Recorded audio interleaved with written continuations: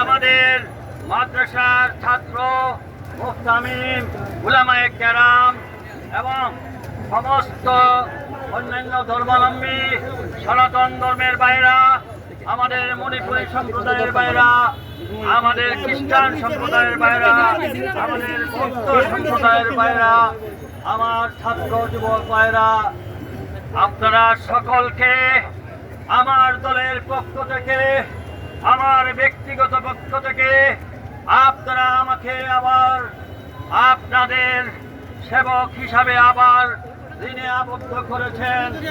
আমি শুধু আজকে জনাব ভারপ্রাপ্ত চেয়ারম্যান জনাব তারেক রহমানের রাষ্ট্র কাঠামো 31 দফা প্রচারের মধ্য দিয়ে আমি সিলেট 1 আসনের প্রার্থী হিসাবে প্রচারণা শুরু করেছি।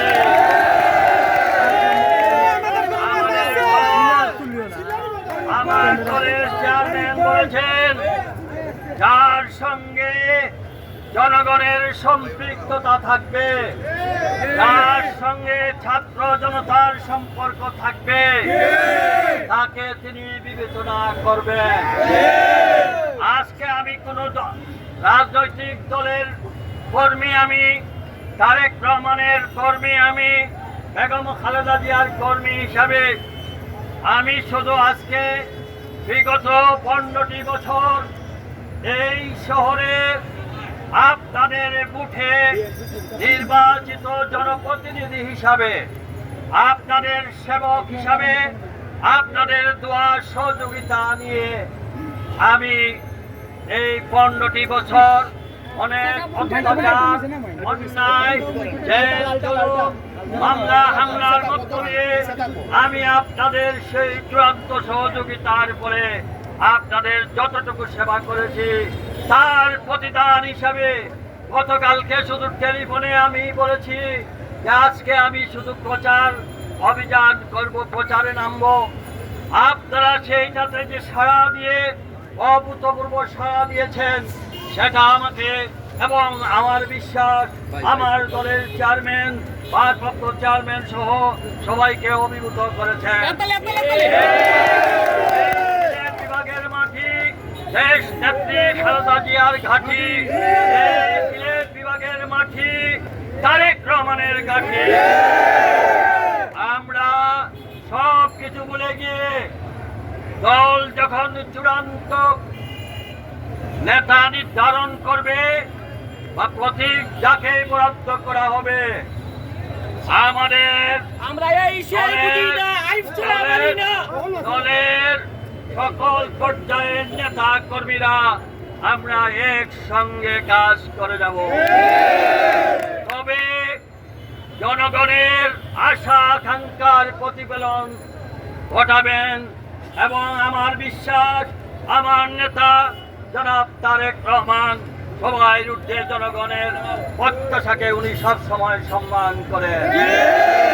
এই পূর্ণভূমি 360 আউলিয়া এবং শ্রীচৈতন্যের পিতৃভূমি, এই নগরীতে কোনো অন্যায় এই মাটি বরদাস্ত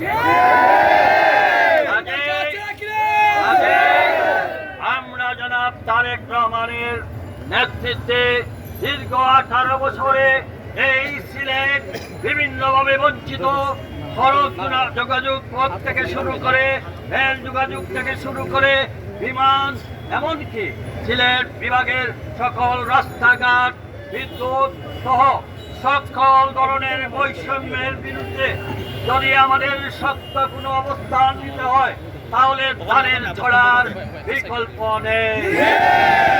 আসুন আমরা এখন থেকে প্রত্যেকের ঘরে ঘরে আপনারা আজ থেকে আপনারা আমার মুরব্বী হিসাবে, আমার ভাই হিসাবে, আমার শ্রমিক ভাই হিসাবে, ছাত্র জনতা আপনারা ঘরে ঘরে পৌঁছে দিবেন। আগামী দিনে ধানের ছড়া ইনশাআল্লাহ।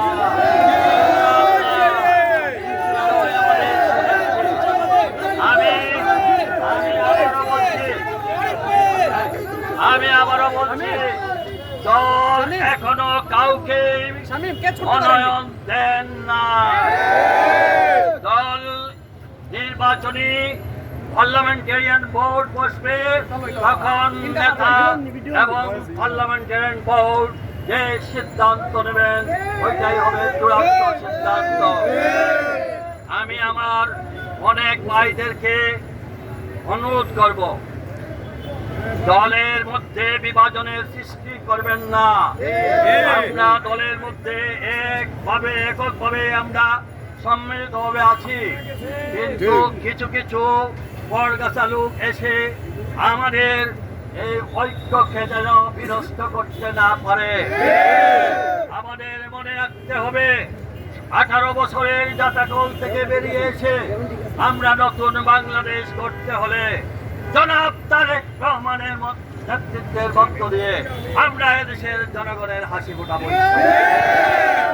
আপনারা আজকে থেকে আপনাদের কাজ হলো ঘরে ঘরে ধানের ছড়া তারেক রহমানের সালাম পৌঁছে দিবেন, আমাদের মা বোনদের কাছে পৌঁছে দিবেন। আর আমি আপনাদের মাধ্যমে আমাদের যে সকল মা বোনেরা, আমি তাদের কাছে চিরঋণী। বিগত দিনে যখন একটা পুরুষ দাঁড়াইতে পারে নাই, তখনও আমার মা বোনেরা তারা সাহস করে ভোট কেন্দ্রে গিয়ে তারা অনেক ডর ভয় অপেক্ষা করে আমাকে নির্বাচিত করেছিলেন। আমি আমার সেই মা বোনদের কাছে সালাম জানাই, তাদের কাছে আমার সালাম পৌঁছে দিবেন।